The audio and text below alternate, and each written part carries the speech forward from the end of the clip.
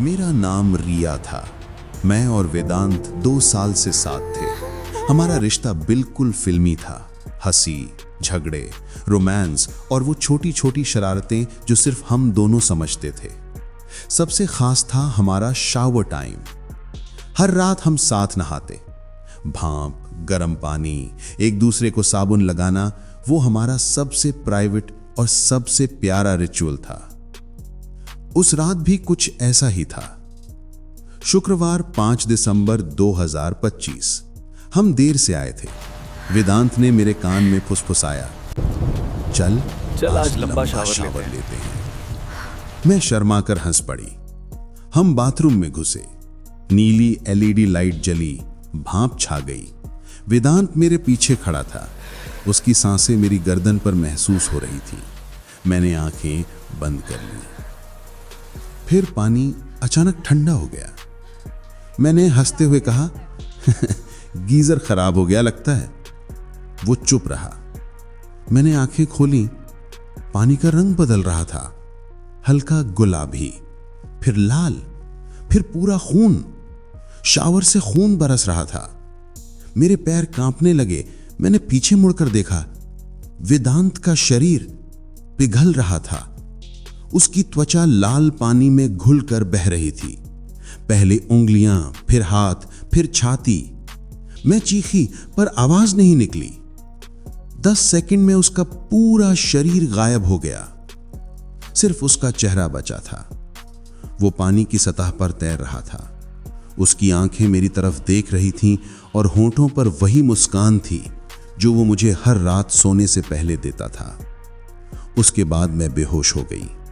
जब होश आया तो मैं बेड पर थी। वेदांत मेरे बगल में था। वो हंस रहा था। पागल, बाथरूम में ही सो गई थी तू। मैंने सब बताया। वो गले लग गया।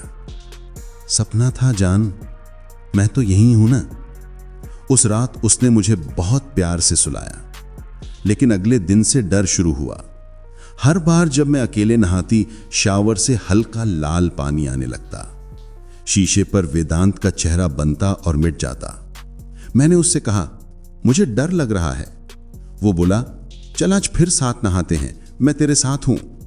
मैं डर रही थी पर उसकी आंखों में इतना प्यार था कि मैं मना नहीं कर पाई। हम फिर बाथरूम में गए। शावर ऑन किया। पानी बिल्कुल साफ था। वेदांत ने मुझे गले लगाया। फिर वही हुआ। पानी लाल हो गया। उसका शरीर फिर घुलने लगा। इस बार मैं चीखी नहीं, बस उसका हाथ पकड़ लिया। वो मुस्कुराया और बोला, इस बार उसकी असली आवाज में, रिया, 2 साल पहले वो एक्सीडेंट, ट्रक ने मुझे सच में कुचल दिया था। तूने मुझे बचाने की बहुत कोशिश की थी पर मैं नहीं बचा। तूने किसी को नहीं बताया क्योंकि तू डर गई थी कि लोग तुझे दोष देंगे। तब से मैं तेरे साथ ही था, तेरे डर में, तेरे प्यार में, तेरी हर सांस में। मैं नहीं चाहता था कि तू अकेली रहे, पर अब तू तैयार है। अब तू मुझे छोड़ सकती है। उसका चेहरा धीरे धीरे पानी में डूबने लगा। मैं रो रही थी। मैंने कहा, नहीं वेदांत, मत जाओ। वो बोला, मैं जा नहीं रहा, बस अब तुझे डराने नहीं आऊंगा। जब भी तू शावर लेगी मुझे याद करना। मैं तेरे साथ ही रहूंगा हमेशा, पर अब सिर्फ प्यार में। पानी फिर साफ हो गया। मैं बाथरूम से बाहर आई।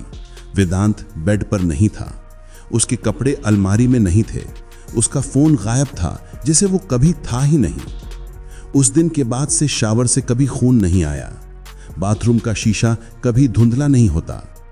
पर जब भी मैं अकेले नहाती हूं, पानी गर्म होने में थोड़ा ज्यादा वक्त लगता है, जैसे कोई मेरे लिए उसे गर्म कर रहा हो।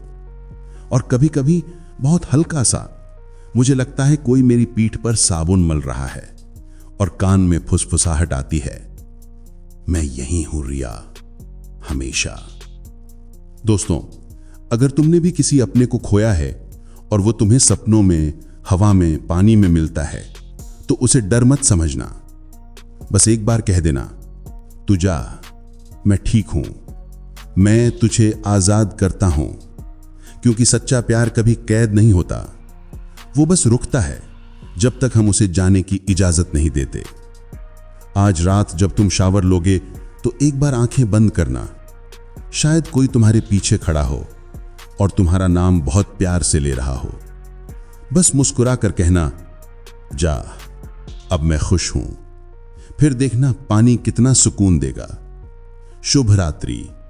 और हां, उसे जाने देना, यही प्यार का सबसे बड़ा उपहार है। दोस्तों, अगर आपको ऐसी ही रूह को छू लेने वाली प्यार, डर और भावना से भरी कहानियां पसंद हैं, दस्ताने रूहानी को लाइक, सब्सक्राइब और शेयर जरूर करें, क्योंकि दस्ताने रूहानी भार, जहां हर कहानी सिर्फ सुनी नहीं जाती, महसूस की जाती है।